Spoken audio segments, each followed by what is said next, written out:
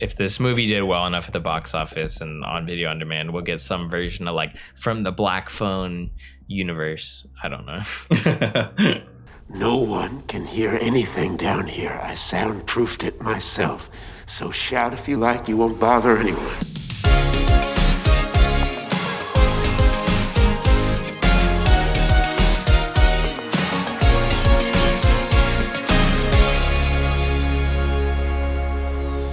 Drive-by movies you're watching. Fresh releases. My name's Blaze. And my name is James. And this week we're talking Scott Derrickson's new film, The Black Phone.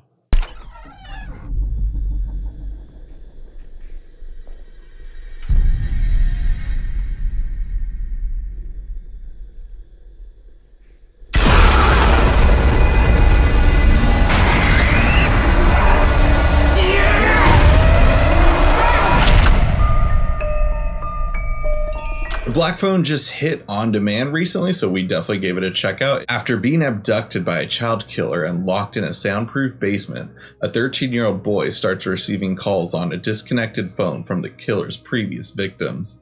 So this comes to us from Scott Derrickson, who is mainly known for Doctor Strange. He also brought us horror classics, I guess you could say, Sinister and Exorcism of Emily Rose, and now he is back on his horror train. This movie came out in theaters and literally only after like 3 weeks or so went on to demand. I know it did well its first week, but you know, with horror movies, they drop off after a couple weeks. So kind of an interesting move by Universal, and made it easier for us to check out. Blaze, what were your thoughts on it? So I feel like this movie kind of caught me by surprise.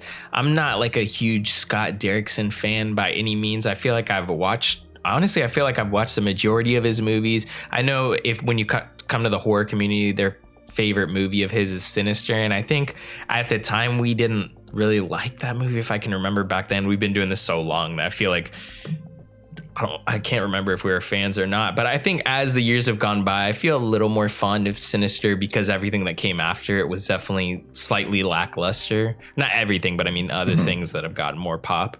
But yeah, I feel like this film was definitely a different style horror movie. I wouldn't say it's necessarily like the scariest thing or even that scary, to be honest. I just like the period piece aspect, and I liked the different the way they kind of told the story with the different ghosts, and it just has this vibe that I really like that reminds me of a film that influenced us a lot, and I felt like they captured that same kind of vibe as The Devil's Backbone.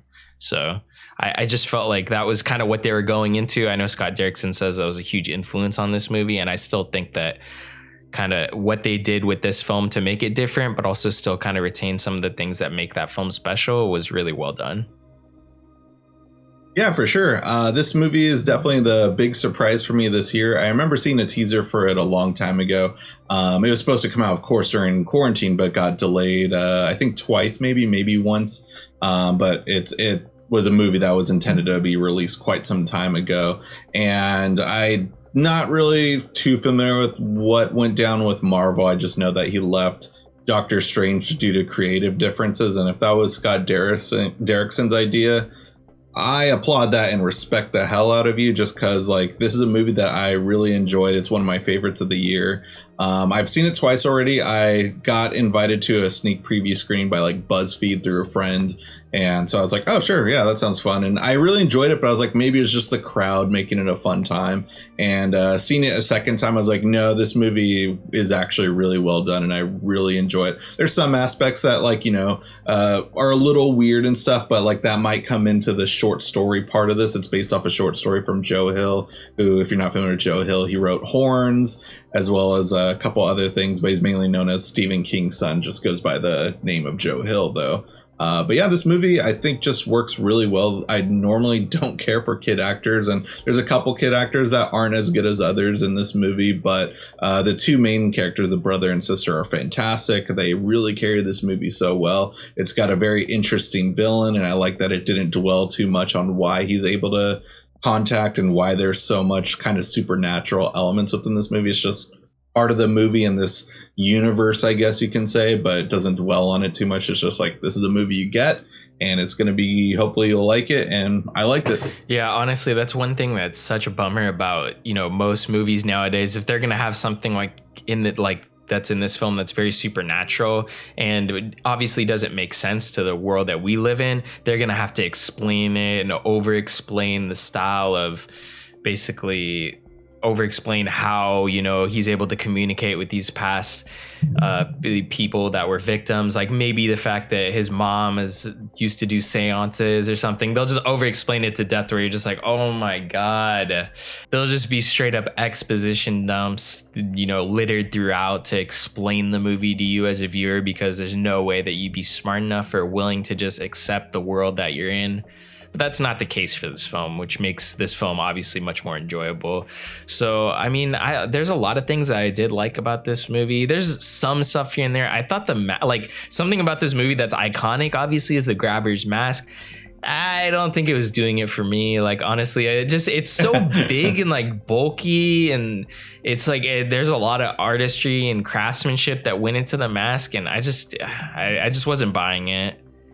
No, I get it. I do like, though, that it doesn't focus on the mask for too long. There's multiple masks throughout the movie, and I guess you could say like each mask represents a mood, but I didn't really look into that part of the story all that much and stuff. Apparently that's a thing that people are super hyped on and stuff, but I mean, okay, like, sure. But I think what's scary overall is just Ethan Hawke's unsettlingness with how polite he is, how he makes a crazy turn.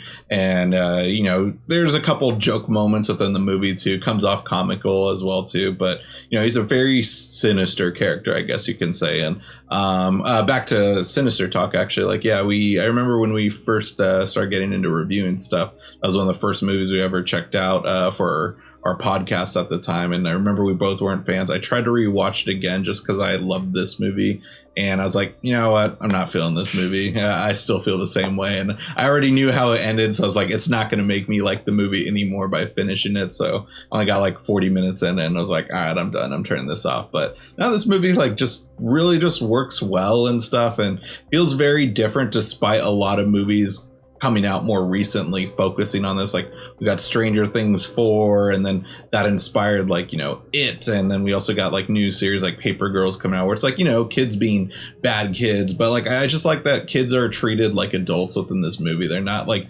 dumb little kids and stuff. They're trying to figure things out, and like that was cool that Stranger Things season 1 and It kind of just made kids realize, like, or made us viewers realize, like, kids are smart and stuff. They just don't have the maturity that all of us have. And I like that this movie just handles it very well, like focuses on like some really intense moments from the kids' eyes and stuff, and just works really well and utilizes it to create this interesting tension, even though this movie, like you said, isn't necessarily scary. Yeah, most definitely. I thought that Scott Derrickson, somebody that I haven't really enjoyed, a ton of, honestly, it's really, I think Sinister is the only thing. And like I said, the first viewing I had of that wasn't great. Maybe it's going to have gotten better, but I think the other stuff I watched of his, I liked even less than that. So, if I have a lot of respect for him, though, someone who's going to leave the Marvel camp, the cushness of Marvel, and create, their original movie. I know he's not the writer, but he works very closely with his writer. So, I got to have a lot of respect for that, especially this is based on, a short Joe Hill story. So, which is weird, actually, because they reprinted the book that this short story was in, but now the book's called Black Phone. Oh, really? It's like funny, like to sell the book, I guess they reprinted it and just called the book Black Phone, and then it's just all the short stories that were in the original compendium of short stories. So I thought that was like interesting. I'm like, oh, that's like marketing tactics for books, but it was weird.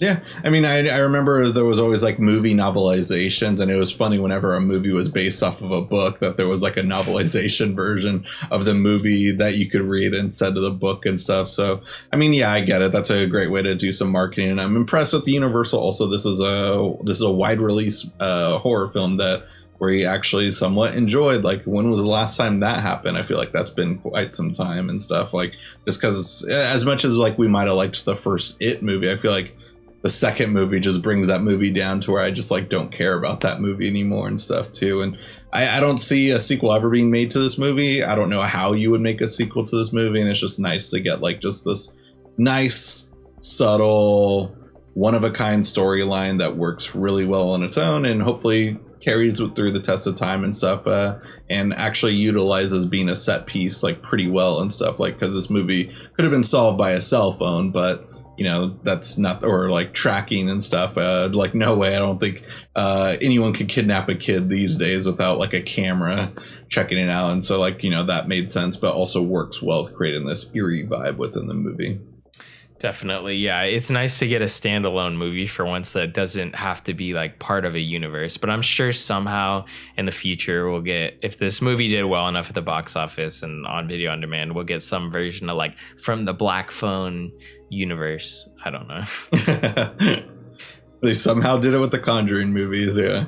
But yeah, like, let us know what you thought about the movie. That's a great way to help support the show. You can rent it through our Amazon affiliate link in our description box below.